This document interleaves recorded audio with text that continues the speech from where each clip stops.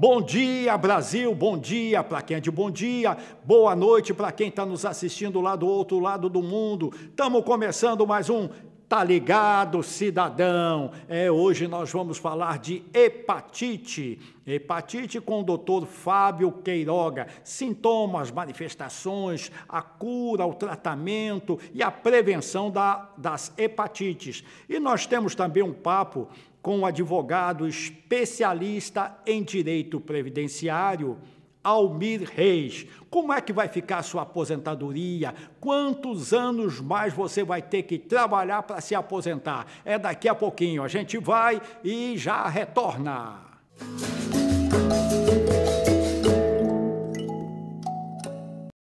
A reforma da Previdência, ela não atinge os setores privilegiados da sociedade brasileira.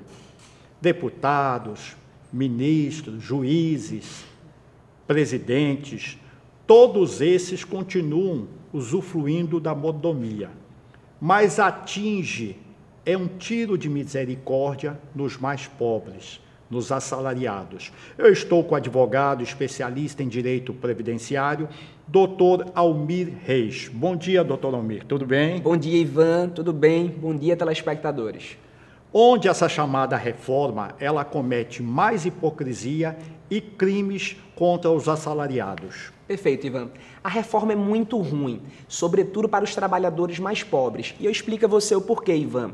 O trabalhador mais pobre, geralmente, ele começa muito cedo no mercado de trabalho. Com 13, 14, 15 anos, ele já está ali tentando fazer algum bico, alguma viração para ajudar os pais em casa, ajudar no sustento da família. E essa reforma, da maneira como ela está colocada até a presente data, o que é que ela vai exigir do trabalhador? Que qualquer um deles alcance 65 anos de idade para poder falar e requerer algum tipo de aposentadoria. Então ela não faz qualquer distinção entre aquele que começou muito cedo no mercado de trabalho ou aquele que pôde fazer um segundo grau, que pôde fazer um mestrado, um doutorado, para aí sim começar no mercado de trabalho. Então tanto vai fazer começar com 12, com 13, com 15, com 18 ou tão somente com 40 anos. Então o mais pobre que começa muito cedo vai ter que trabalhar até 65 anos para poder requerer algum tipo de aposentadoria. E no caso aí da pensão por morte, o que é que eles querem mudar? Também é muito ruim o requisito novo com relação à pensão por morte. O que é que o governo quer? Ele quer limitar a acumulação de pensão por morte com aposentadoria a, no máximo, 2 salários mínimos. Para o pessoal de casa entender, para que todo mundo entenda, Ivan. Faz de conta que você já recebe uma pensão. Você perdeu um ente querido muito cedo. Se você trabalha e está pleiteando uma aposentadoria, só vai poder receber os 2. A pensão com a aposentadoria, se o somatório dos 2 totalizar apenas 2 salários mínimos. E o pior, o valor dessa pensão por morte, se deferida, ela vai corresponder tão somente a 50% do que pagava o falecido, mais 10% por cada dependente. Então, uma família aí com 2 ou 3 pessoas não vai ter direito de receber a mesma quantia que receberia o falecido se estivesse trabalhando. Hoje, o camarada, para conseguir algum benefício hoje na Previdência Social, por invalidez, por doença, ele tem que chegar no caixão, porque, inclusive, é um contrassenso, os médicos têm os privilégios de receber, inclusive, por negarem auxílio-doença. E essa situação deve piorar com essa reforma, não? Com certeza. Hoje já é muito difícil se aposentar pelo INSS. Hoje o requisito qual é? Para aposentar por tempo de contribuição, 35 anos no caso de homem ou 30 anos no caso de mulher. Se eu não conseguir alcançar 30 e 35, eu posso me aposentar por idade, mas preciso ter 15 anos de contribuição no mínimo, o que já é muito difícil, porque é muito comum aqui no Brasil a informalidade no mercado de trabalho. O que é que vai acontecer? O governo quer aumentar esse tempo mínimo de contribuição de 15 para 25 anos. Só para você entender quanto isso é ruim, Ivan, quanto isso prejudica o trabalhador em casa, hoje, se esse requisito de 25 anos já existisse, 9 a cada 10 aposentadorias por idade não seriam concedidas. Então, o que é que vai acontecer na prática? Ou a pessoa se aposenta aí por invalidez, ou fica em gozo de auxílio-doença, ou não vai ter direito a absolutamente nada. E a gente lembra que quando você mais precisa do INSS, que você está doente, que está incapacitado, há toda uma dificuldade de conseguir o benefício,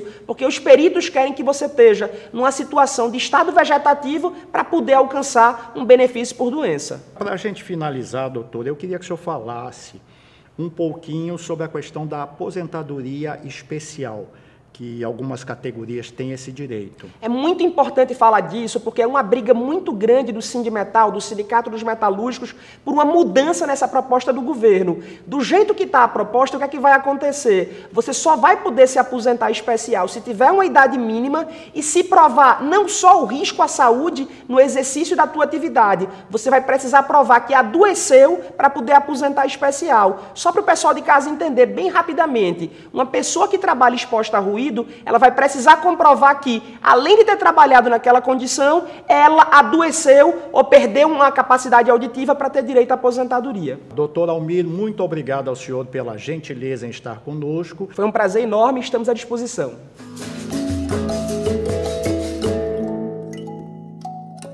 Ângelo, como anda a questão dos gastos públicos em nossos municípios? Recentemente, a Federação das Indústrias do Rio de Janeiro, nesse mês de agosto mesmo, eles soltaram um relatório que fala muito dessas questões municipais.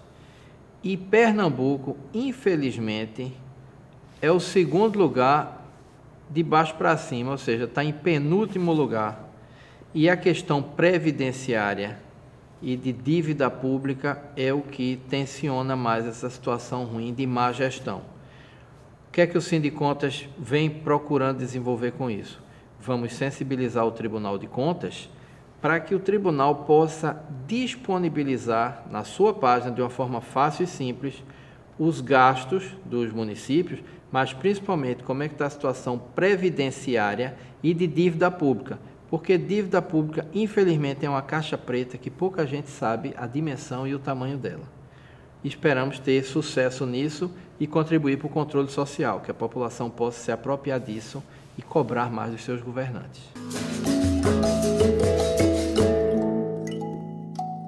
Eu estou ao lado de uma Miss, ganhou um concurso de Miss aqui na cidade do Recife, fugindo a esses padrões. Essa moça linda, sorridente, maravilhosa, a Natália Granja. Bom dia. Bom dia, muito prazer estar aqui, obrigada pelo convite.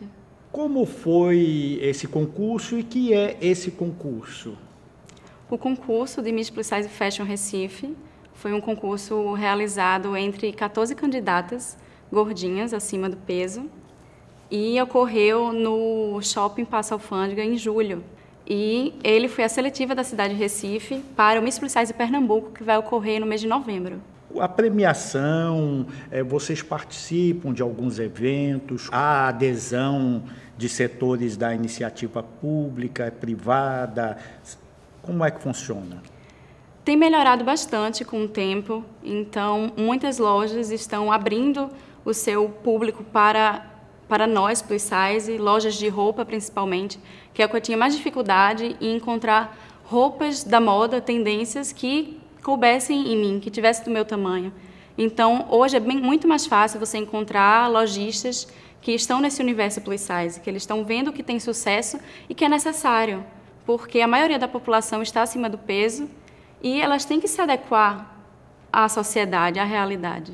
Mas a gente também se exercita, a gente tem moderação, controle na alimentação. Essa coisa, como é que funciona com você? Bem, eu já faz um tempo que eu me preocupo com alimentação, faço exercícios e é o que a gente tem que se preocupar. O meu biotipo, eu sempre fui gordinha, então não é algo, eu não tenho o objetivo de ficar magra ao fazer exercício ou regular minha alimentação. É questão de saúde, de você ser saudável. Como é que você vê a importância do concurso para esse universo de coisas mudarem? Muito importante, porque nós sabemos o nosso valor. Eu sei que eu sou bonita, as 14 meninas que desfilaram sabem dos seus valores, sabem da sua beleza, mas é importante mostrar para a sociedade como a gente se ama. É bonito você ver quando uma pessoa se ama, quando uma pessoa se dá valor. E esse é o nosso papel. E não só eu que ganhei o concurso de Miss, mas todas as outras meninas que prestam esse papel para a sociedade, então, de mostrar o seu valor, de se amar. Ok, querida. Muitíssimo obrigada a você pela simpatia, pela essa elegância, né, assim, e a sua beleza interior, que é rica demais. Muito obrigada. E muita sorte na sua vida, e que você e as outras meninas que concorreram sirvam de exemplo aí para as pessoas, né, que acham que o peso ele é desproporcional na convivência, na relação humana. Muito obrigado. Eu que agradeço, e fica aqui o convite também para as outras meninas que têm interesse em ser Miss, em participar de um concurso de beleza, que está havendo seletivas em outras cidades para selecionar as novas Misses para participar do concurso Miss Plus Size Pernambuco, para o estadual. Tem um telefone, um contato, um endereço? Elas podem encontrar mais informações na página do Facebook da Plus Size Fashion.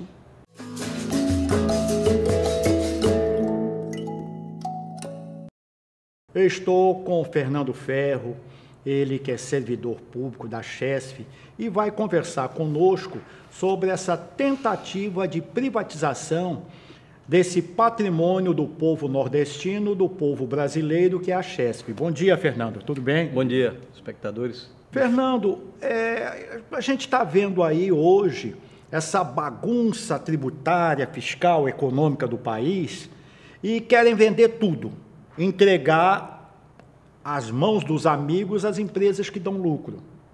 Como é que você está vendo isso, principalmente a questão da Chesf? Isso tem vários aspectos muito graves. A primeira coisa é que qualquer país que se pretenda uma nação de futuro, ele tem que pelo menos ter 3 coisas: energia, alimento, conhecimento. Se você não dominar bem esse tripé, você não tem um projeto de país. E nós estamos assistindo aqui no Brasil um crescimento de um discurso que é preciso vender as empresas energéticas, aí vai o sistema Petrobras e o sistema Eletrobras, para levantar recursos, para tapar o buraco das finanças do Brasil. Que buraco é esse? É o buraco do juro que a gente paga de dívida. Quer dizer, você está jogando na bacia das almas um patrimônio que para nós nordestinos em particular, tem um significado muito grande, que é a Chesf. Por exemplo, no sistema Eletrobras, são várias empresas, dentre elas a Chesf, que é a que gera energia, principalmente a partir de Paulo Afonso, mas hoje aqui no Nordeste, nós já temos geração de energia ao vento, energia eólica, que nos garante as possibilidades de crescimento e desenvolvimento. Então, esse discurso de vender a Chesf, que começou no governo Fernando Henrique, voltou agora, que está querendo entregar o patrimônio brasileiro, sabe para quem? Para os chineses. E, curiosamente, para uma estatal chinesa, que vai comprar o grosso do sistema elétrico brasileiro. Veja que ironia. E a justificativa é que nós precisamos levantar recursos. Ora, essas empresas, por si, elas já são importantes. Primeiro, porque elas garantem a energia para funcionar nossas indústrias, e essa energia que está nos iluminando aqui nesse momento, para residências, para o comércio. Então, é um crime de lesa pátria você perder um patrimônio, entregar para outros países, o seu patrimônio natural energético, que é o sistema elétrico. Agora, a Chesf hoje, inclusive, ela faz experimentos com energia alternativa também, né? Que é muito importante para o futuro. Isso. Né? É uma nova fronteira que a Chesf está abrindo, e aqui no Nordeste é muito importante, uma é da energia eólica, a energia dos ventos, e vai abrir uma outra fronteira que é a energia solar, onde nós somos extremamente ricos. Quer dizer, a nossa região, que tinha a seca como flagelo, como um drama, isso vai virar um ganho. A seca e o sol são fontes de energia importantíssimas e vão dar ganhos importantes para a nossa região. Eu acredito que em 5, 10 anos nós estaremos em pleno vapor de implantação de energia solar no Brasil. Mas para você fazer isso, você tem que ter empresas que lidem, você tem que ter técnicos, operários, engenheiros, gente qualificada para trabalhar nessa área. E quando você vende uma empresa para outro país, você transfere o seu conhecimento, que é uma daqueles tripé de desenvolvimento da nação, a engenharia que nós produzimos, você está transferindo para outro país. não só o patrimônio físico da empresa, mas o patrimônio intelectual do conhecimento, né? E da memória.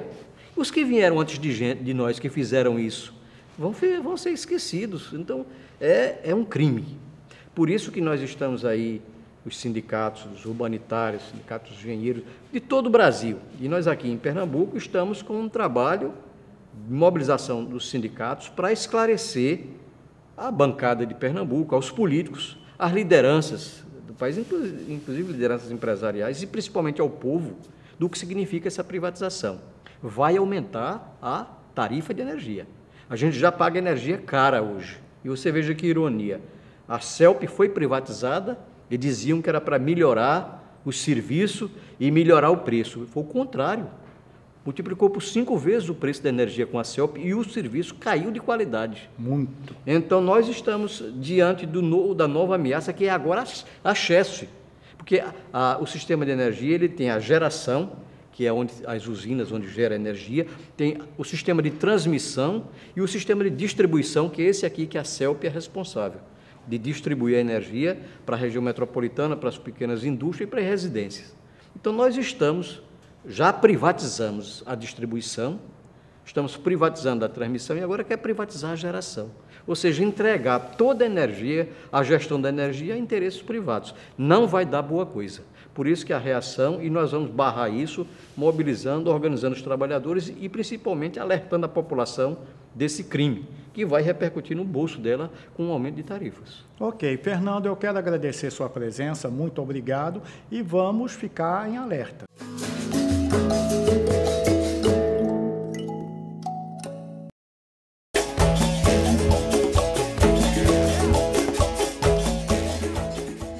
Olá, eu sou Marina Presbítero, da direção do SINPERE, o Sindicato de Professores do Recife. Essa semana vamos realizar na Universidade Católica, no auditório da Universidade Católica, um congresso, o congresso da nossa categoria de professores municipais do Recife. E esse congresso vai de 29 de agosto a 1º de setembro, onde nós vamos discutir a luta e a necessidade de organizar a nossa categoria contra os ataques à educação pública. Vivemos uma atual conjuntura de retirada de direitos no mundo inteiro, no Brasil e em Recife, que não é diferente. A nossa aposentadoria, a questão do nosso piso salarial também, que vem sendo tratado como teto ao invés de piso. Então, tudo isso que vem acontecendo aos professores, a nível municipal, estadual, nacional, nós vamos estar debatendo nesse nosso congresso. É importante que a nossa categoria se unifique e se fortaleça contra as lutas. É por isso que o SINPERE vai estar realizando esse congresso agora. Então, para que não haja nenhum direito a menos, vamos fortalecer a nossa luta e os professores em todo o país. Bom dia. Nas próximas semanas, o Sintrajuf, Sindicato dos Trabalhadores do Poder Judiciário Federal em Pernambuco, irá convocar inúmeras assembleias setoriais que serão realizadas em vários tribunais e fóruns do Poder Judiciário Federal e terá como objetivo organizar a nossa categoria para reagir e continuar lutando para derrotar a reforma da Previdência. Por isso, o nosso sindicato irá chamar toda a categoria para participar dessas assembleias e precisa que você participe. Leve sua contribuição e o seu ânimo para que essa nossa luta continue forte e possamos derrotar todos os corruptos e barrar a reforma da Previdência.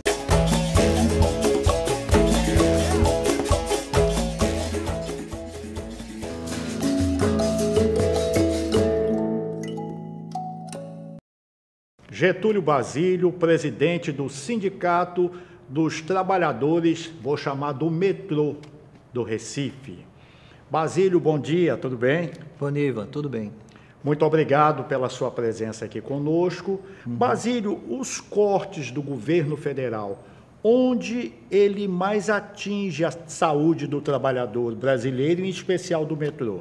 Os cortes em investimentos, eles realmente afetam diretamente a saúde dos trabalhadores, notadamente dos trabalhadores que têm que lidar com o público diariamente. Os trabalhadores do metrô do Recife são um exemplo claro disso. A falta de segurança, primordialmente falando, afeta o fator psicológico das pessoas, fazendo com que elas tenham realmente medo de em alguns dias irem trabalhar. Os jogos de futebol, né, que até alguns anos atrás era festa, hoje virou pesadelo para diversas categorias, desde o policial, o médico, ao motorista, ao rodoviário, e vocês também, né? Onde isso mais afeta o metrô? A gente já viu cenas aí horrorosas, né? Mas onde assim ele mais agride vocês? Dificuldades em todos os setores, mas o setor de operação é o principal afetado pela questão falta de investimento, notadamente de segurança. Como eu já falei anteriormente, as pessoas estão adoecendo. Empregados da CBTU, que é a empresa que faz o metrô do Recife, a gestão, quanto de seus terceirizados, vigilantes, bilheteiros. E essa categoria de terceirizados, hoje, é uma das principais atingidas por essa questão, falta de investimento. Os terceirizados. Isso. Porque o trabalhador, de toda forma, ele tem um pouco de segurança com relação ao seu emprego, uma vez que foi concursado, uma vez que ele tem as garantias de ser um trabalhador direto. Né? Ainda tem. A gente está vendo aí que as mudanças na lei trabalhista podem afetar isso também. O terceirizado, ele ainda é mais penalizado. Mais vulnerável. Mais vulnerável, devido exatamente ao fato de ser terceirizado. Porque a terceirização é uma escravidão disfarçada. É verdade. E o adoecimento dos trabalhadores e trabalhadoras com relação à questão da segurança, ela é uma coisa que tem acontecido mais comumente nesses últimos anos, principalmente as doenças psicológicas e psicossomáticas, né? Pessoas que sentem tremores somente de lembrar que tem que trabalhar. Pessoas que sentem pavor de saber que vai pegar um coletivo, e isso se deve à falta de investimento nos transportes públicos. E o corte de investimentos, além de retirar o transporte público da rua, faz com que as pessoas se adoeçam no trânsito e no próprio local de trabalho. A questão daquele quantitativo enorme de ambulante dentro dos vagões e outra coisa, pedinte. Malandragem mesmo, o cara com uma pessoa numa cadeira de roda, dizendo que o cara está com a mãe cega, a avó viúva, não sei o quê. Isso, até onde isso afeta o trabalho dos metroviários? Sobremaneira. Afeta sobremaneira, pois problema social, ele não deve ser esquecido, não, de maneira alguma. A gente precisa ter políticas públicas que tratem essa questão social que tem se agravado nos últimos anos. Agora, nem todas as pessoas que se encontram dentro dos coletivos, elas têm necessidades de fato de estarem ali. Muitas vezes elas estão explorando a fé pública. O ambulante, ele tem ali devido à falta de emprego, mas também por ter um meio fácil de estar lá, tentando conseguir o sustento da família.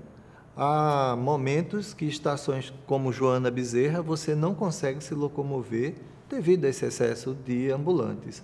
Então, há de se tomar uma atitude. A gestão da empresa diz que tenta disciplinar, mas, infelizmente, a gente não vê ações muito efetivas nesse sentido. De disciplinamento. Uma das questões, creio, mais uma vez, é a falta de investimento. Eu quero agradecer sua presença, muito obrigado, e esperar que os nossos gestores, homens públicos, comecem a ver com mais sensibilidade e mais respeito esse nosso Brasil.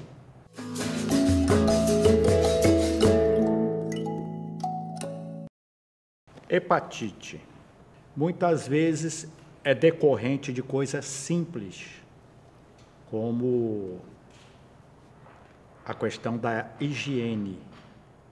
Eu estou com o doutor Fábio Queiroga, dos especialistas no assunto. Doutor Fábio, bom dia, muito obrigado pela sua presença aqui conosco. Bom dia, Mineirinho, é um prazer enorme estar aqui com vocês e poder prestar esse serviço à população. Quais são os tipos de hepatite hoje mais frequentes? Bom, hepatite é um vírus, não é? Como várias doenças virais, e ela tem uma característica por ter preferência pelo fígado, daí o nome hepatite. Ela causa uma inflamação no fígado e ela tem o que a gente chama de tropismo pelo fígado. Então, é uma doença que é conhecida, né? A partir de meados de 1990 é que tomou-se conhecimento por mais alguns outros tipos de vírus, mas, em geral, nós temos as mais conhecidas, o vírus A, hepatite tipo A, tipo B, tipo C, tipo D e tipo E. No Brasil, hepatite tipo A, tipo B e tipo C. Deixa eu começar pelo que é menos nocivo, tá? O que é menos perigoso que a população em geral tem, que é o vírus da hepatite A, que é uma hepatite que é transmitida por via oral e via fecal. Aproximadamente 80% da população já pegou esse tipo de vírus. Passa muitas vezes como resfriado comum, às vezes a pessoa fica um pouco amarela, alguns dias amarela, passa aquilo e a pessoa não procura o médico e acha que foi uma gripe efetiva. Então, 80% das pessoas já tiveram esse tipo de hepatite, apesar de que o calendário da Sociedade Brasileira de Pediatria já contempla, hoje em dia, a vacina do vírus A. Quando nós vamos para a hepatite o vírus B e o vírus C, nós estamos falando de algo que pode cronificar e efetivamente ser uma doença mais séria. Geralmente, essas doenças, hepatites em geral, a característica são os olhos que podem aparecer amarelados, sintomas de náuseas, vômitos, a pessoa fica com inapetência, como se fosse um quadro gripal bem mais forte, e a principal característica é justamente a coloração dos olhos amarelos e uma dor aqui nesse lado embaixo do arcabouço costal, né, onde dá essa dor que é na altura do fígado, efetivamente. A transmissão, normalmente, como é que ela se dá? Bom, e aí a gente vai ter que separar de hepatite A, que eu já falei, né, que é a oral focal, que é a questão de higiene que você falou no começo. A hepatite... É o caso, por exemplo, a manicure, um aparelho de barba... E aí a gente vai justamente para as outras duas, que é a hepatite B e a hepatite C, que tem essa transmissão, principalmente a hepatite C, que tem essa transmissão com materiais de barba, de manicure, quando vai fazer alicate de unha. O ideal é que cada mulher, o homem que vai fazer unha, tenha seu material, não é? Porque isso é de uso pessoal, não deve estar sendo compartilhado, porque precisa se fazer todas as vezes, precisa fazer realmente uma limpeza, uma esterilização desse material que leve qualquer tipo de corte. Isso pode transmitir o vírus da hepatite B e C, não é? O vírus da hepatite C, ela tem uma transmissão sexual menor, então torna-se uma doença sexualmente transmissível menor, principalmente entre os heterossexuais. Entre os homossexuais, isso pode aumentar porque a co-infecção com o vírus HIV, ele termina sendo a transmissão mais facilitada. E já o vírus da hepatite B, ele é uma transmissão também, além de ser sanguínea, ele é também uma transmissão sexual, mais importante é a via sexual. E como é feito o tratamento desses três tipos? Há diferenciação? Isso. O tratamento da hepatite A, na maioria das vezes, não vai precisar de tratamento. Sempre existia aquela coisa, né, de comer suspiro, comer, não é, esse dito popular, mas porque, na verdade, a hepatite A ela é autolimitada, ou seja, ela tem um período de doença e passa e acabou-se. O vírus da hepatite B e o da hepatite C, quando se é detectado, você tem que procurar um especialista, chamado hepatologista, porque o hepatologista é quem vai saber o tipo de tratamento que vai guiar. O tratamento da hepatite C, principalmente, é um tratamento que até pouco tempo atrás era um tratamento muito ruim, né? Hoje não, existe um tratamento que é tomado com comprimido e a Secretaria de Saúde, não é, o Ministério da Saúde, ele disponibiliza esse comprimido e a pessoa tem bem menos efeito colateral e está sendo uma droga com bastante eficácia e um tratamento bem tranquilo, onde ajuda principalmente na aderência do tratamento, né? O diagnóstico ele é feito de que forma? O teste ele tem que ser feito procurando qualquer instituição que seja referenciada do Ministério da Saúde. Aqui, por exemplo, na cidade, os postos de saúde, né, o Lessa de Andrade aqui em Recife, esses postos de saúde que têm relação com essas doenças sexualmente transmissíveis. Há alguma coisa mais que o senhor poderia acrescentar nesse caso aí do hepatite? Se eu tivesse que frisar algo aqui de importante para a hepatite B e a hepatite C, chama-se prevenção. Se prevenir, todo mundo já sabe tudo que leva a cortar sangue, não é? Ou na transmissão sexual, a utilização de preservativo da camisinha. Ok, doutor Fábio, muitíssimo obrigado ao senhor e um bom dia. Obrigado, Mineirinho, é um prazer, estou sempre à disposição quando vocês precisarem. E a gente também aqui à disposição do Hospital Miguel Arraes. Bom dia. Bom dia, obrigado.